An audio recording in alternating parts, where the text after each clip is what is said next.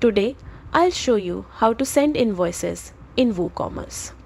First, go to your WordPress dashboard and install the WooCommerce PDF Invoices and Packing Slips plugin.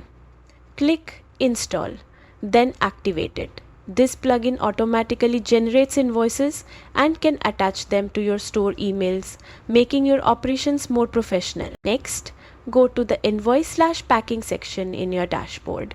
Click Invoice, then General. Enable invoice generation and choose which order statuses, like completed or processed, should trigger invoices.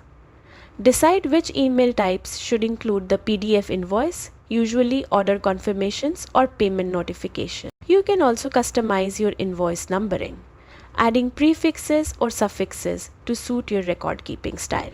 Once everything is set, save your settings. Now, all future order emails will include downloadable PDF invoices, giving your store a polished, automated workflow.